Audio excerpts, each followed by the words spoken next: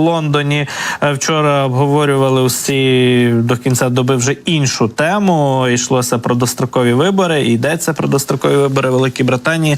Вчора Ріші Сунак, глава уряду Великої Британії, Об'єднаного Королівства, вийшов на Даунінг-стріт із публічною заявою про те, що розпускає парламент і оголошено вже про проведення позачергових виборів 4 липня. Вони відбудуться волею випадку в День Незалежності Сполучених Штатів Америки. Ну, але ясно, що це просто збіг обставин.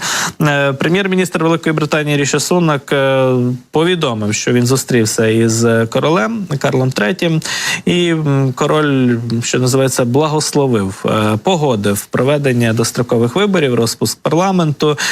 Також Ріші Сунак у своїй промові вчора наголосив на тому, що Велика Британія за останні 5 років пережила фактично найважчі свої часи, найважчий досвід із часів Другої світової війни.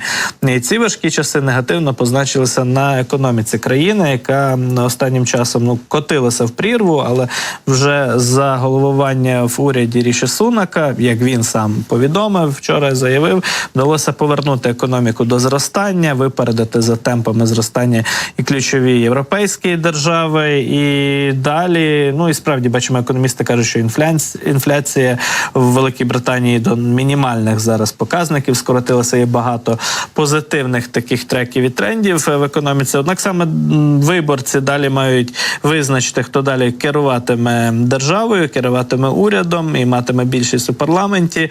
Зараз наразі у консерваторів Ріші Сунака шанси на перемогу на цих виборах доволі невисокі. За останніми опитуваннями у травні лейбористи, тобто конкуренти консерваторів, випереджають на 30% по популярності якраз чинну партію влади.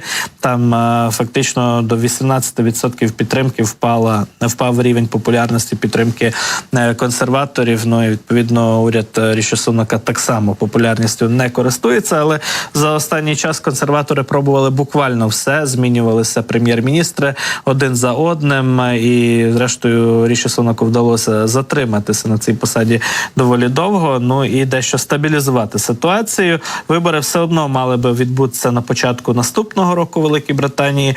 Прем'єр-міністр і консерватори вирішили зіграти на випередження і оголосити їх вже й негайно, в той момент, коли економіка трохи прийшла до тями і показники покращилися. Сподіваються, що принаймні вдасться не катастрофічно програти вибори, а може навіть і зберегти свої позиції. Тож бачимо, що Велика Британія вступає у цей час передвиборчої турбулентності. Ймовірно, що росіяни і тут спробують свого носа запхнути і наколотити там різноманітної муті, як це прийнято в Кремлі робити.